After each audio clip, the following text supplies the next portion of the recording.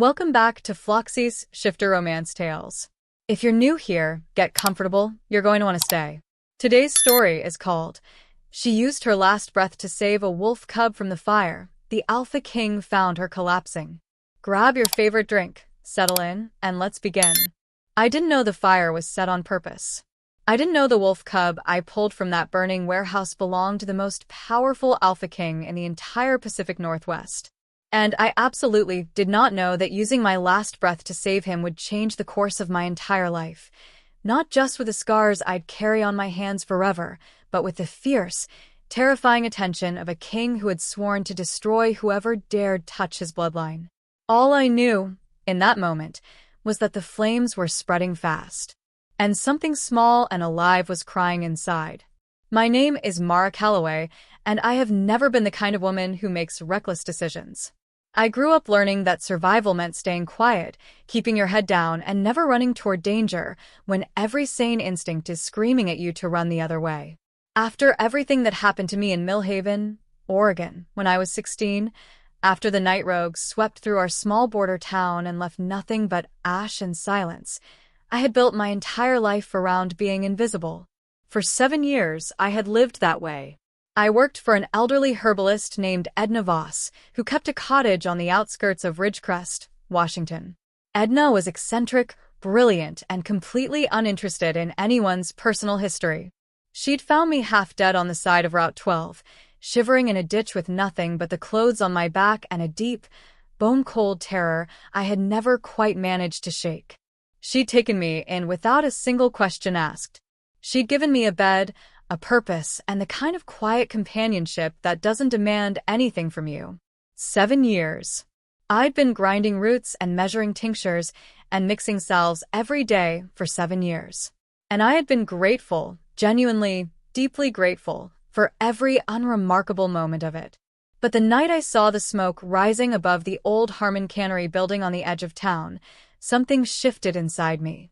Something I can't fully explain even now. It was late October, the kind of night when the Pacific Northwest smells like pine and cold rain, when the sky turns a deep, bruised purple before the stars come out. I was walking home from Edna's cottage with a basket of dried herbs balanced on one arm, taking my usual route down Mill Creek Road, when I saw the glow above the tree line. Orange. Angry. Wrong. I dropped my basket without thinking. I ran. The Harmon cannery had been shut down for over a decade, a derelict hulk of corrugated steel and rotting timber that the city hadn't bothered to demolish. Teenagers used it for parties sometimes.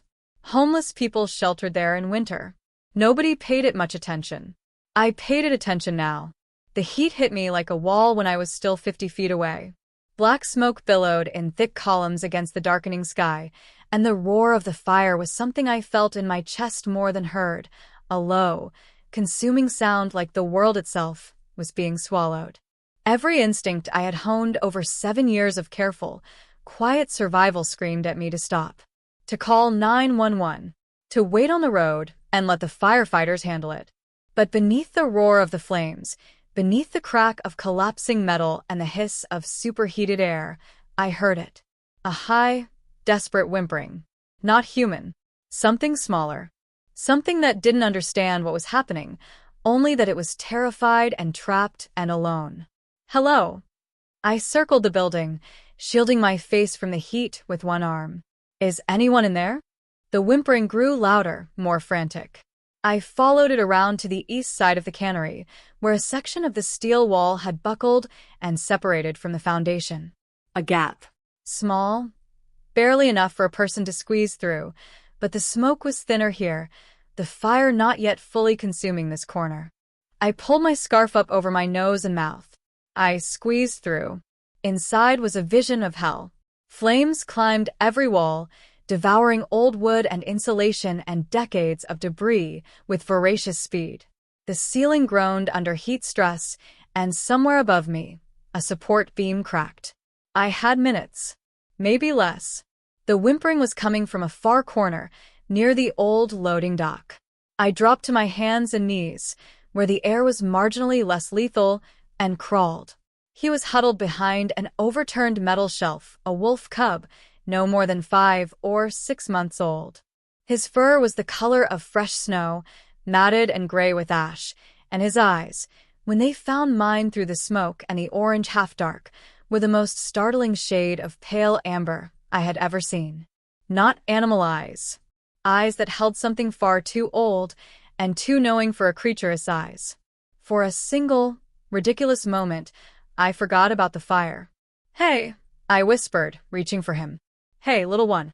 I've got you. I've got you, okay?" He didn't bite. He didn't scramble away. He simply collapsed into my arms like he'd been holding himself together through sheer willpower and had just run out, his small body trembling so violently I could feel it in my own bones. I tucked him against my chest and turned for the gap I'd entered through. It was gone. The fire had crossed that corner in the 60 seconds I'd spent finding him.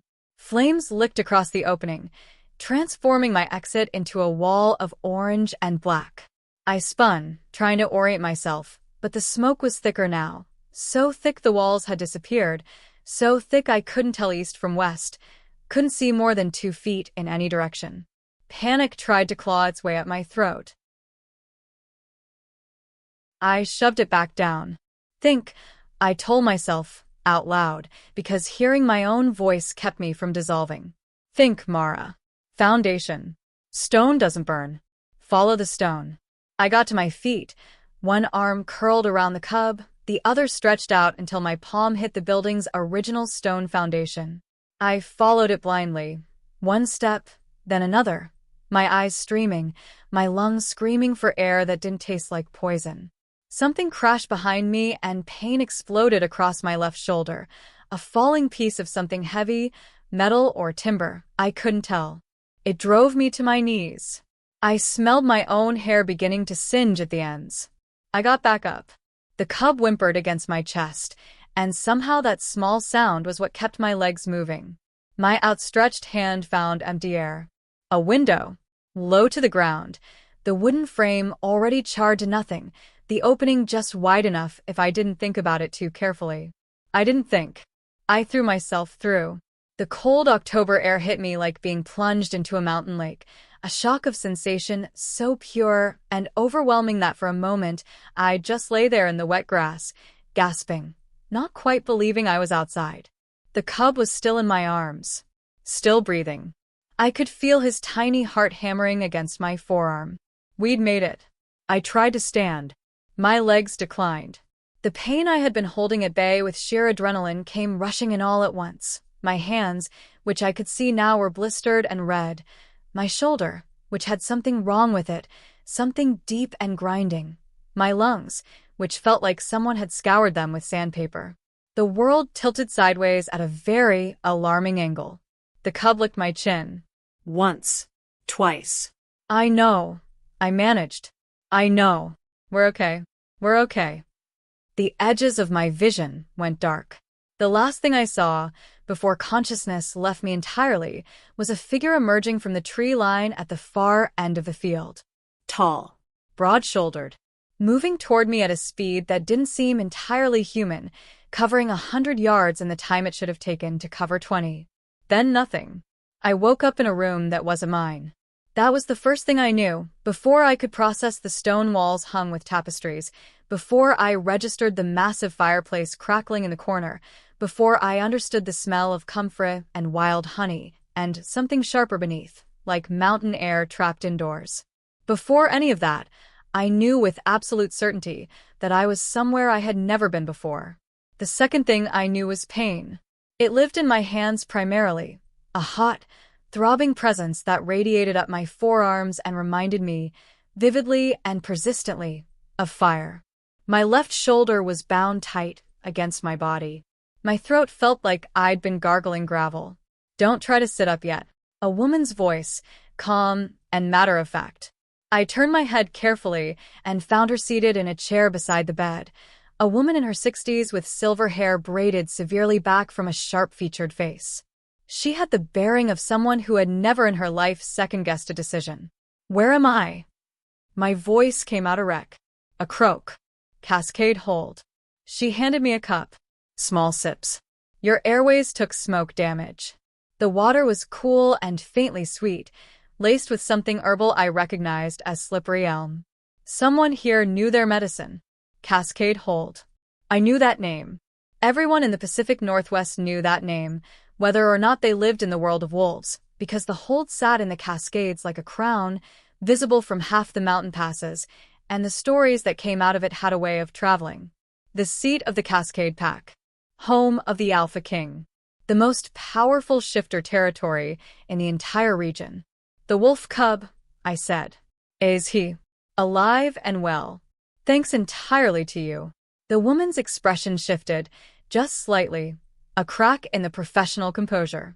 I'm Dr. Nora Ashby, the Hold's chief healer. You've been unconscious for nearly 2 days.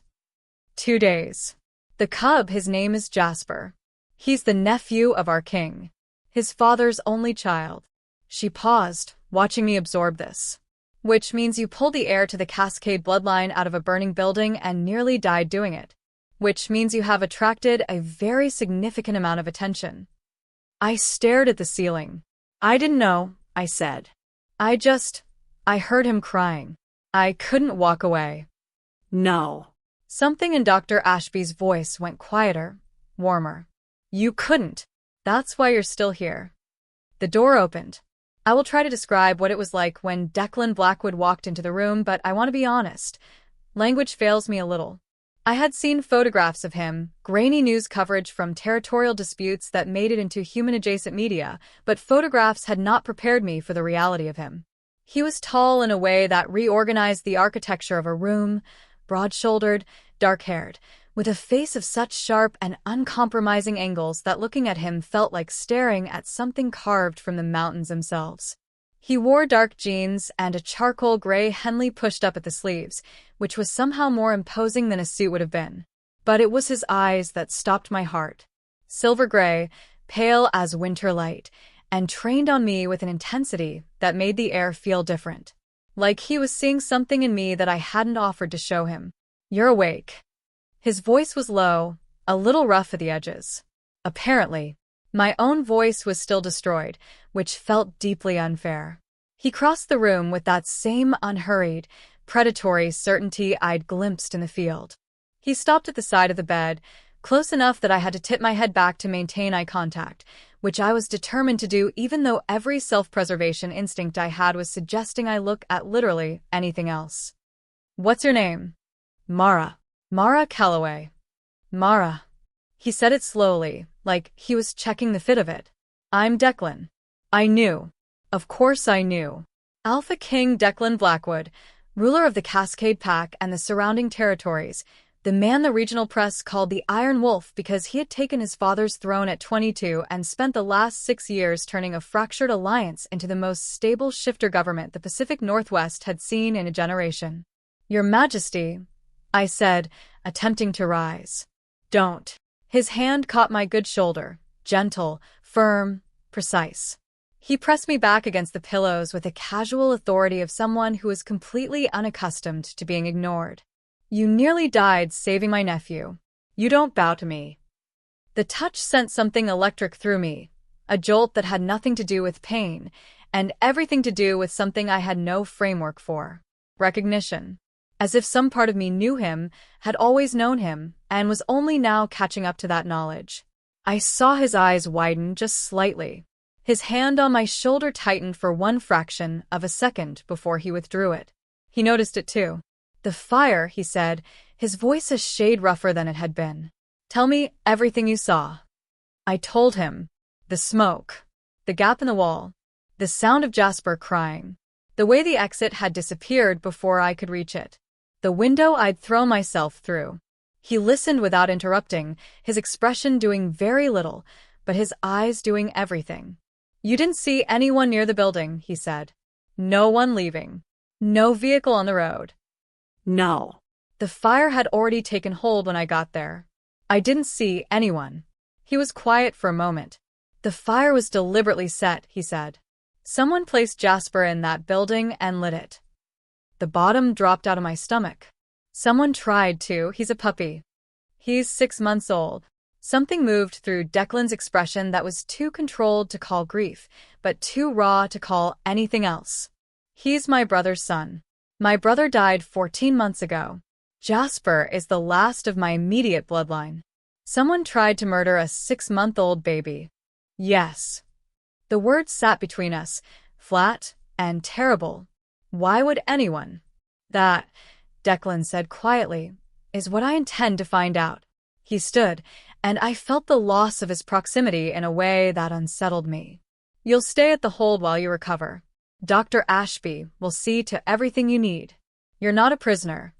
You're a guest, and you'll be treated as one. But until I understand who set that fire and why, you're not safe outside these walls.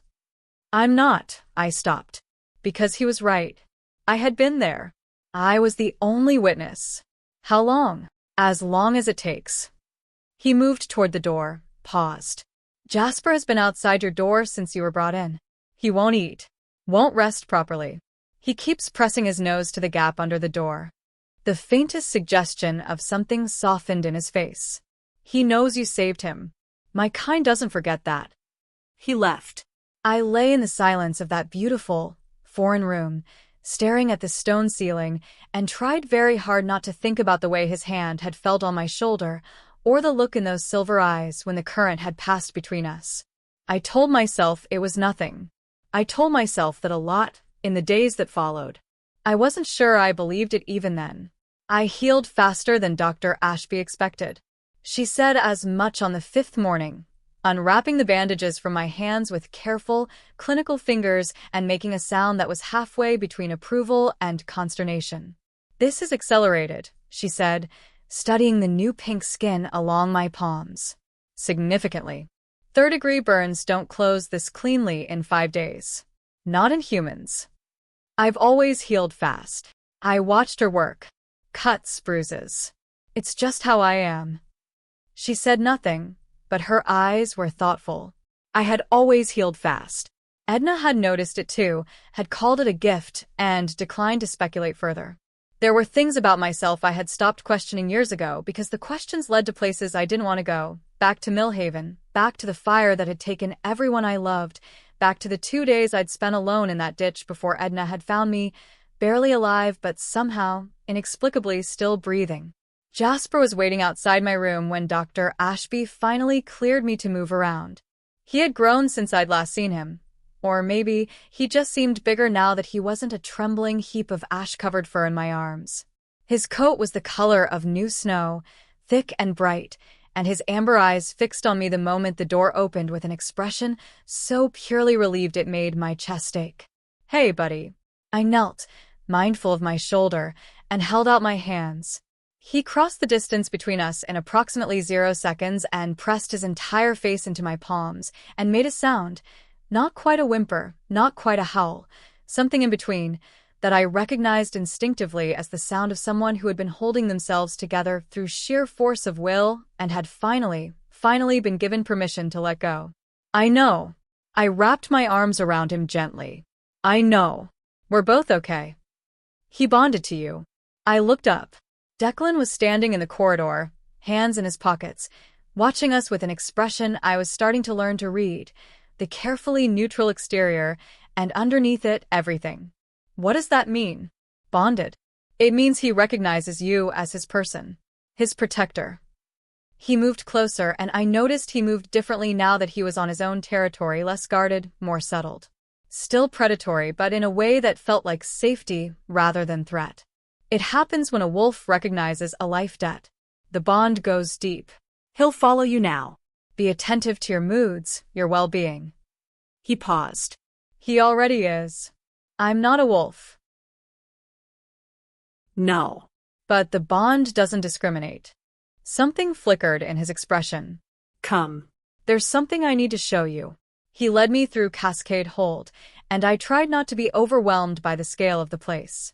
It was old, truly old, built into the mountain rather than onto it, with corridors of natural stone and windows that framed views of snow-capped peaks and river valleys, so beautiful they looked painted.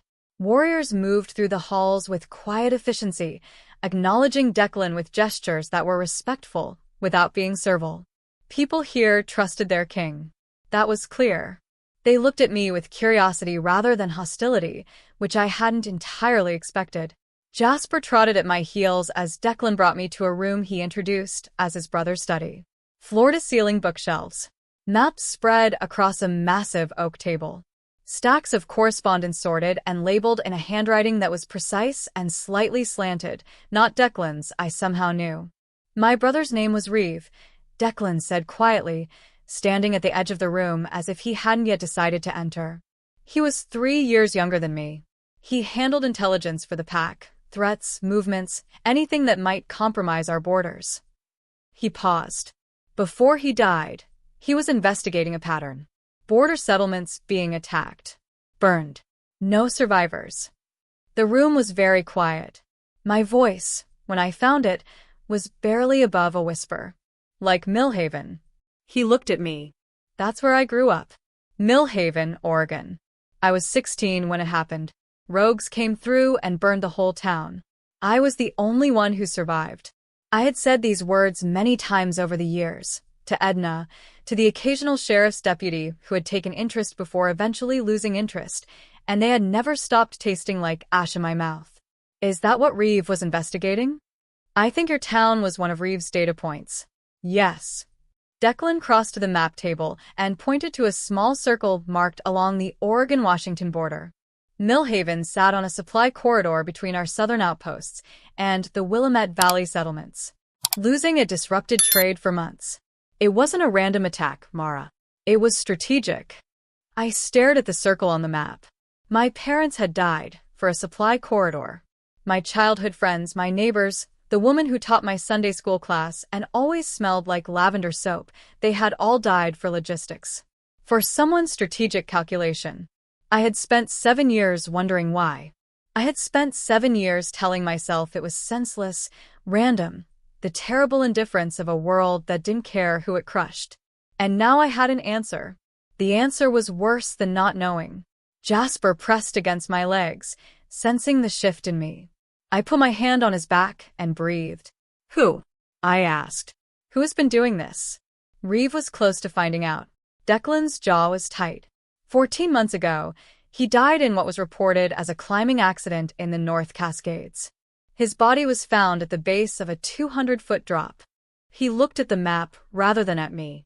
Reeve was one of the best climbers in the pack. He didn't fall. Someone killed him. Someone pushed him. And then, 12 months later, someone put his 6-month-old son in a burning building. Declan turned to face me. They want the bloodline gone. Reeve was the loose thread that might have unraveled their entire operation. Jasper is the remaining evidence that Reeve existed.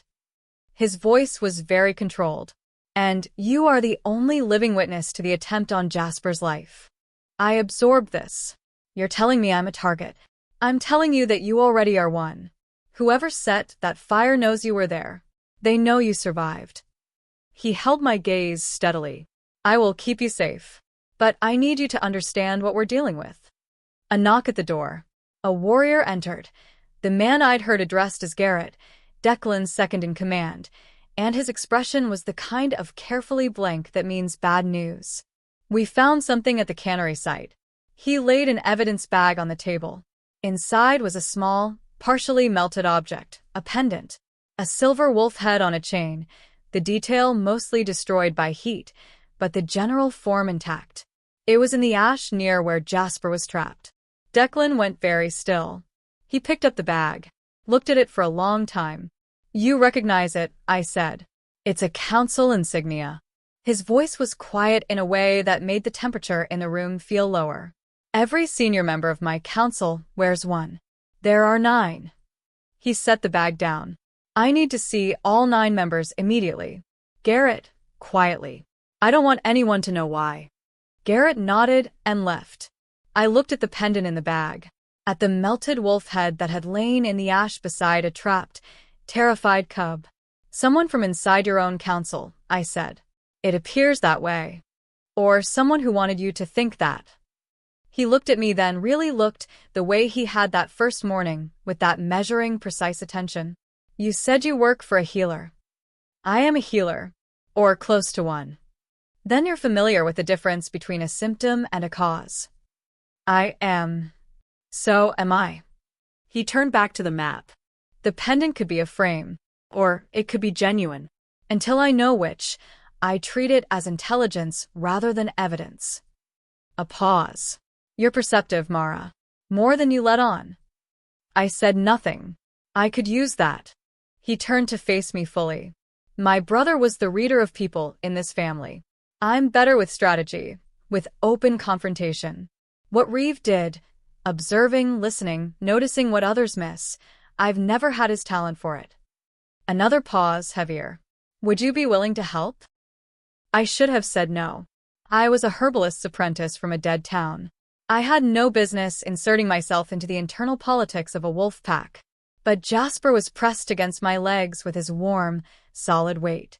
And 7 years of grief had suddenly revealed itself to be not random misfortune, but the deliberate work of someone who is still out there, still operating, still willing to put children in burning buildings.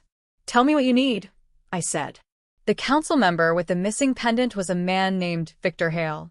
He was 63 years old, silver-haired and patrician, with the kind of face that appeared trustworthy because it had been arranged that way over decades of careful practice. He had served the Cascade Pack for 30 years. He had been Declan's father's closest advisor. He had held Declan at his naming ceremony as an infant, or so the story went. He had also, very quietly, disappeared from the hold 3 days after the Harmon Cannery fire, citing a sudden family emergency in Portland. He's been in contact with someone in the Eastern Territories, Garrett reported during the quiet evening meeting in Declan's study. Jasper was asleep near the fire, his paws twitching in some dream. I sat to one side, present at Declan's insistence.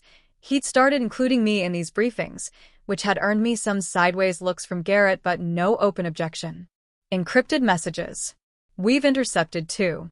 The language is careful, but the implication is clear. Hale is reporting to someone. About what? Declan asked. About you. About the pack's security posture. And Garrett's eyes flicked briefly to me. About the human woman at the hold. The air in the room changed. They know I'm here, I said. They know a human witness survived the fire and is currently under the alphaking's protection. Garrett's voice was professional, impersonal. The most recent message used the phrase loose end. I had been called worse things. But there was something particularly chilling about being described in those terms, not as a person but as a problem. An incomplete task. How much time? Declan asked. The messages suggest urgency. There's a reference to a deadline. Garrett hesitated. The full moon is in 5 days. The full moon. I had learned enough about pack culture in my days at the hold to understand what that meant. A gathering, a ceremony, a moment when the pack's attention would be directed outward and inward simultaneously, when the fortress would be both most alive and most vulnerable. They're planning to move during the celebration, I said. Both men looked at me. Think about it. The full moon ceremony is when your security is most divided. Warriors celebrating. Attention on the ritual. It's the highest noise, highest distraction moment in your calendar. I leaned forward. If Hale is coordinating with someone outside the pack and there's a deadline attached to the full moon, he's not just reporting on me. He's planning a timeline. Declan's expression was very still, very focused. The expression of someone doing complex calculations behind carefully composed eyes. She's right, Garrett said, which surprised me. I know. Declan looked at me. You said you wanted to help. I did. I have an idea. You're not going to like the part you play in it. Tell me anyway. The plan was elegant in the way that the best traps are elegant. It used the enemy's assumptions against them. Hale and his contacts believed I was a naive civilian, a loose thread to be snipped before the operation concluded. They believed my presence at the hold was accidental. They did not know I had been included in intelligence briefings. They did not know I could read a political situation as well as I could read a patient's symptoms. So we gave them what they expected to see. 3 days before the full moon, word was carefully circulated through the hold that the human woman, Mara Calloway, the herb grinder's apprentice from Ridgecrest, had been cleared to move around independently. That she had taken to spending her evenings in the hold's greenhouse, helping Dr. Ashby with her plant inventory. That she was naive and trusting and had no idea she was in danger. The The greenhouse occupied the hold's eastern terrace, partially open to the mountain air, visible from the upper corridors, accessible from several directions, and, as of 3 days before the full moon, apparently unguarded. Jasper had been the hardest part. He had refused to leave me, and his refusal to leave me would signal to anyone watching that this was not a genuine moment of vulnerability. I had spent an entire evening convincing him, in the way you convince a wolf cub of anything, which is mostly through sustained eye contact and a great deal of patient repetition, that I needed him to stay with Dr. Ashby that night. That I would be okay. That this was important. He had eventually, reluctantly, acquiesced. I did not sleep well. The evening of the 4th day before the full moon, I walked into the greenhouse at twilight with a pair of gardening shears and a work apron, and I began doing exactly what an unaware civilian would do. I worked. I cataloged Dr. Ashby's late-season herb inventory. I took cuttings that needed taking. I hummed to myself, quietly, intermittently, as if my mind were pleasantly empty. My mind was anything but empty. I heard the footsteps at the 40-minute mark. Deliberate. Controlled. The footsteps of someone who thought they were being quiet, who was quiet compared to most people, but not compared to the listening I had trained myself to do over 7 years of solitary survival. I kept my hands moving among the herb trays. You're more difficult to kill than expected. The voice was female, precise, and faintly familiar. I had heard it in passing in the hold's corridors, had processed and filed it without knowing why. Victor said the fire would handle everything. He's always been overly optimistic. I turned. Dr. Lena Cross, who oversaw the hold's administrative records and had been employed there for 11 years, who had access to every internal schedule, every security rotation, every detail of where Jasper was at any given moment. She held a blade that caught the greenhouse's low light in a thin, cold line. "You were the informant," I said. Not a question. I was the infrastructure. She moved closer, and I backed up just enough to stay out of reach while keeping my voice even and carrying. Victor is a useful figurehead, but figureheads don't build information networks. They don't know which patrols to avoid. They don't know the alphaking's schedule well enough to put a child in a building at the precise moment it would go unnoticed. She tilted her head. That requires someone with access. With patience. With a very old reason to want the Blackwood bloodline to end. What reason? My mother spent 30 years in this pack and died, without recognition, without title, without anything except the memory of being told her loyalty didn't matter as much as politics. Her voice was flat. My aunt was promised a mate bond to Declan's grandfather. The bond was forming, real, biological, documented, and he chose someone else. A political match. He threw away a genuine bond for an alliance. Something cold moved through her eyes. The Blackwood family has been throwing people away for generations. I'm simply returning the favor. The door of the greenhouse burst open. Garrett came through first, followed by 4 warriors and Declan himself last, his expression the controlled fury of someone who has just heard a confession he needed and hated needing. Lena spun. Calculated the distance to the exit. Realized there wasn't one. She lunged for me anyway. A last, desperate attempt to make use of me as leverage or conclude her mission or simply exercise the violence she had planned. I had anticipated this. I had, in my weeks at the hold, been quietly training with one of the younger warriors who had taken it upon herself to teach me basic defensive movement. I was not skilled, but I was paying attention. I stepped to the side. The blade passed through the air where I'd been. Declan was there before she could recover. He caught her wrist with one hand, and the sound that accompanied the motion told me he had applied precisely enough force to disarm her without breaking bone. The blade clattered across the stone floor. 2 warriors secured her arms. The greenhouse was very quiet for a moment. Then Declan was in front of me, his hands on my shoulders, his eyes doing their rapid, precise assessment, checking, cataloging, confirming. "I'm fine," I said. She didn't touch me. The breath he released was something I felt more than heard. She almost did. Almost. I held his gaze. The plan worked. Behind us, Lena Cross was being led away, her voice rising in something that might have been argument or might have been grief, the two things sometimes indistinguishable. Garrett was on his radio, calling in the capture, coordinating the secondary team that was already en route to Victor Hale's location in Portland. Declan's hands were still on my shoulders. I became aware, very gradually, that the hold was gentle rather than gripping, that he was touching me the way you touch something you thought you'd lost and have only just recovered. "Tell me something," I said quietly, before I could think better of it. "What?" "The thing you started to say the other night. On the overlook." We had been standing on the hold's stone balcony watching the first stars appear, and he had begun to say something, and then stopped himself, pulled back behind the careful wall he maintained between feeling and expression. "You stopped yourself." He was quiet for a long moment. "There's a concept in my culture," he said at last. "A bond that forms between mates. Not chosen, recognized. As if something in your wolf identifies the person before your conscious mind catches up." He wasn't looking away from me. "It's rare. I've known wolves who searched their whole lives without finding it. I had given up expecting it. My heartbeat was doing something complicated. But every time I'm near you," he continued, "there's a current. A recognition that I can't explain rationally, and I can't quite bring myself to dismiss." A pause. "I didn't want to say it while you were still healing. While you had no context for the hold, for my world, for what it would mean. But," I prompted, "but you just faced down an armed assassin in a greenhouse." Something that was almost a smile crossed his face. "And I'm not sure I can keep being careful around you." I reached up and covered his hand with mine, where it still rested on my shoulder. "I feel it too," I said. "I've been telling myself it's stress. Proximity. Gratitude." I shook my head.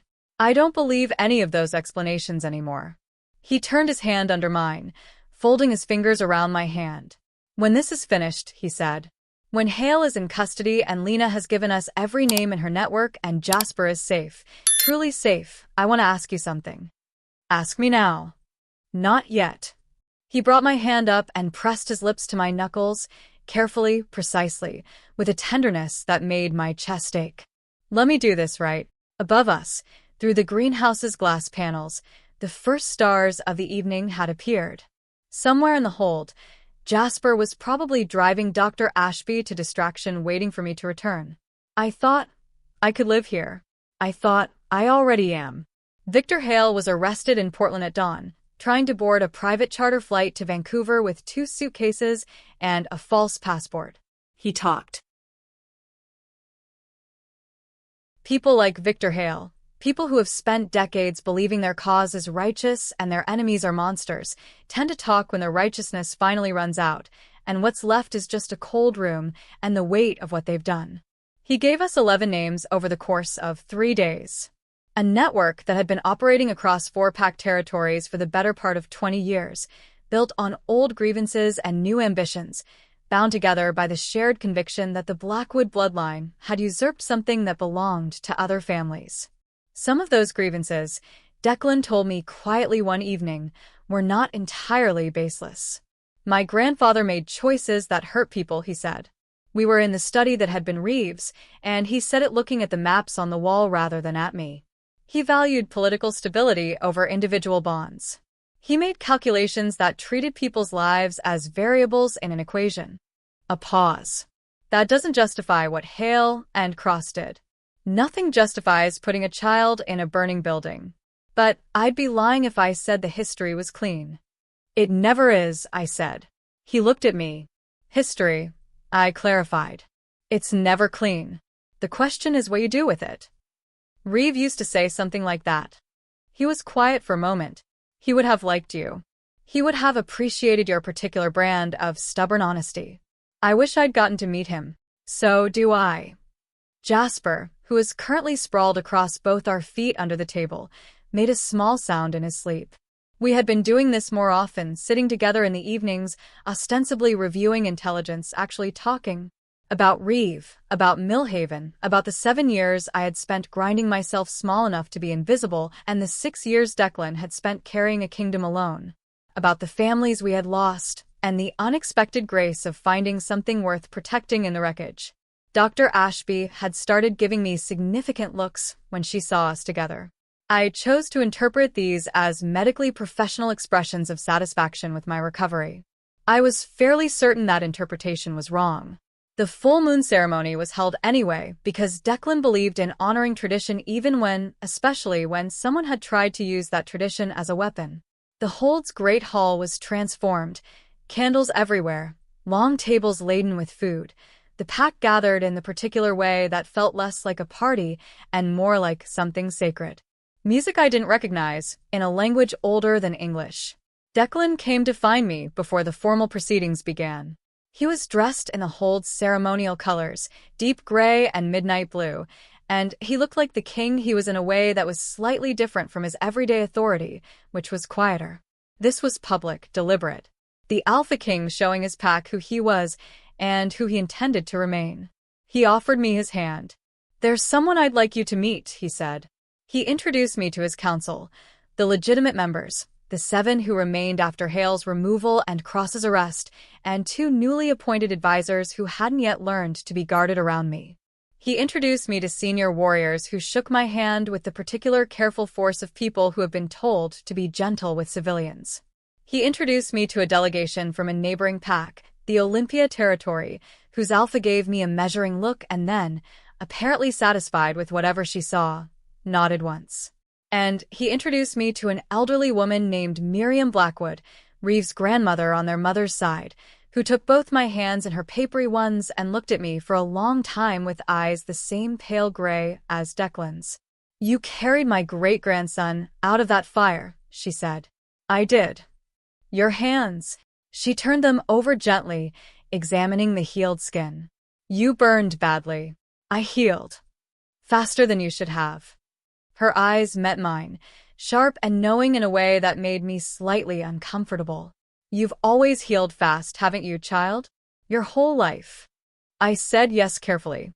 She patted my hands and released them and said nothing more, but she watched me for the rest of the evening with an expression I couldn't quite name. Later, much later, when the ceremony had wound down to its quieter final hours and Jasper had fallen asleep under one of the great tables, twitching in his wolf cub dreams, Declan found me on the Hold's overlook. The same stone balcony where we had stood before, looking out at the mountain dark and the stars. "The question," he said, coming to stand beside me. My heart rate, which had been entirely well-behaved all evening, made a sudden bid for freedom. "The question," I confirmed. He turned to face me, and the public king fell away. Not entirely, because I was learning that Declan Blackwood did not fully separate his private self from his public one, that the authority and the tenderness came from the same source, but the formality did. What was left was the man who had sat with me through 3 weeks of intelligence briefings and evening conversations and quiet moments with Jasper between us. "I need to tell you something first," he said. "Tell me." "My grandmother, Miriam. She told me what she saw when she looked at your hands tonight." He paused. "The fast healing. The way Jasper bonded to you immediately and completely. The pull between us that started the moment I saw you." Another pause. "She thinks you're not entirely human, Mara." The word landed in the cold mountain air and hung there. I had spent 23 years not asking certain questions. About the healing. About the 2 days I had spent technically dying in a ditch and then simply stopped dying. About the fact that Edna had found me and immediately, without any real explanation, known how to help me in ways that went beyond standard medical care. "I don't know what I am," I said honestly. "Neither does she. Not precisely. But she has theories." He held my gaze. "I'm telling you this because I think you deserve to know what she saw. And because whatever the answer is, it doesn't change what I'm about to ask you." "Ask me." He took my hands. "Stay." The word was simple. Direct. In the way that Declan Blackwood tended to be when he had made a decision and committed to it. Not as a protected witness. Not as a guest. "Stay because you want it, because this place is yours if you want it, because his voice roughened just slightly, the first crack in the precision. "Because I don't want to imagine Cascade Hold without you in it. I don't want to imagine doing any of this without you beside me." He raised our joined hands slightly. Be my mate, Mara. My partner. Help me build something worth having here. I thought about Millhaven. About the life I'd thought was my future before it burned. About the 7 years I'd spent making myself small enough to survive. The careful, shrinking existence I'd built around the core belief that wanting things only led to losing them. I thought about a burning building and a wolf cub's amber eyes and a man who had held my hand on a stone balcony and told me the truth when he could have managed me with something gentler. I thought about Jasper, asleep under the banquet table inside, dreaming his small and vivid wolf dreams. Yes, I said. The word came out steadier than I expected. Certain in a way I hadn't known I could still be certain about anything. The smile that crossed Declan Blackwood's face was something I had not yet seen from him. Unguarded, uncontrolled, brilliant in a way that made the mountain and the stars feel like a background detail. He pulled me into his arms and held me with the care and the fierceness of someone who has been alone for a long time and recognizes this moment as the turning point it is. We'll figure out who you are, he said against my hair. Together. Miriam thinks there are records. Old pack histories that might tell us something. I'd like that. I tilted my head back to look at him, knowing. Whatever the answer is. I know. I reached up to his face. This fierce and careful king who had found me in a field outside a burning building and decided, apparently, that I was worth protecting. It doesn't change this. He kissed me and I stopped thinking about history. The mating ceremony was held 6 weeks later, on a clear December evening when the Cascades wore their full winter crowns and the air tasted of snow and pine. I wore burgundy silk, Declan's choice, which he had presented with a characteristic combination of absolute certainty and careful anxiety, watching my face for approval in a way that made me understand something new and important about him. Jasper, fully committed to his role as my devoted shadow, wore a ribbon of matching burgundy around his neck and had clearly already decided that he was the real center of this ceremony. He was probably right. The pack gathered in the great hall, and I walked through them not as a stranger being regarded with curious suspicion, but as someone who had spent 6 weeks learning their names and their histories and their particular flavors of humor. Garrett, who had thawed into something that might, eventually, become friendship. The young warrior, Sarah, who had taught me to block a blade. Miriam Blackwood, who had begun to teach me, in quiet afternoon sessions, about the pack's deep history, and who had shared with me, 3 weeks after the ceremony was announced, a set of records that suggested the healing, the bond recognition, and several other things about me that I'd always treated as quirks might have a more complicated explanation than I'd ever allowed myself to consider. That was a conversation for another day. Today was this. Declan waited for me at the center of the hall, and when he saw me, everything else about him organized itself around that fact, the way it always did when we were in the same room. The ceremony was conducted by an elder named Hawthorne, whose voice carried the particular weight of someone who has spoken ancient words often enough that they have become inseparable from their meaning. The vows were simple: presence, honesty, protection, chosen and chosen again every day rather than promised once and forgotten. When Hawthorne passed the ceremonial knife, Declan made the cut first, shallow, symbolic, and then held the blade to me with a trust in his eyes that I understood was not casual. Trust, for someone like him, was not given lightly. It was earned and deliberate and chosen. I made the cut, pressed my palm to his. Light blazed between us. Not metaphorically, genuinely, physically, a warmth and a brilliance that made the pack gasp and made Miriam Blackwood, in the third row, close her eyes with an expression of deep satisfaction. The bond confirms, Hawthorne said, and his voice was not entirely steady. Declan's hand tightened around mine. Forever, he said quietly, only to me, under the noise of the pack's response. Forever, I agreed. He kissed me, and the great hall of Cascade Hold shook with the sound of an entire pack celebrating. Jasper barked 3 times in quick succession, then sneezed, which was the most dignified response he could apparently manage. 3 months later, I stood at the overlook in the early morning, watching the winter sun climb over the eastern peaks, my hands wrapped around a mug of tea that Declan had made and left for me before he went to his morning briefing. He had been making me tea for weeks. Every morning, without being asked. I had not yet told him that this small, consistent gesture had undone something in me that 7 years of careful self-sufficiency had built. That it was somehow more significant than the ceremony, than the bond, than all the grand and luminous things that had happened between us. I heard him before I saw him, his step on the stone that I had learned to recognize the way you learn to recognize a familiar voice in a crowd. You're up early. So are you. He settled beside me, his shoulder warm against mine. Miriam wants to meet with you this afternoon. She found something in the records. Something about the Millhaven territory, pre-fire. I turned to look at him. She thinks she knows where your family came from, he said. The healing, the bond recognition. She thinks there's a lineage there. Old. Maybe very old. He paused. She says you should probably know. I looked at the mountains. 7 years of not asking questions. Of being grateful for the small, contained life I'd built because the alternative, wanting more, hoping for more, had always seemed like a form of arrogance that the universe had already punished once. Tell her I'll be there, I said. Declan's hand found mine against the railing.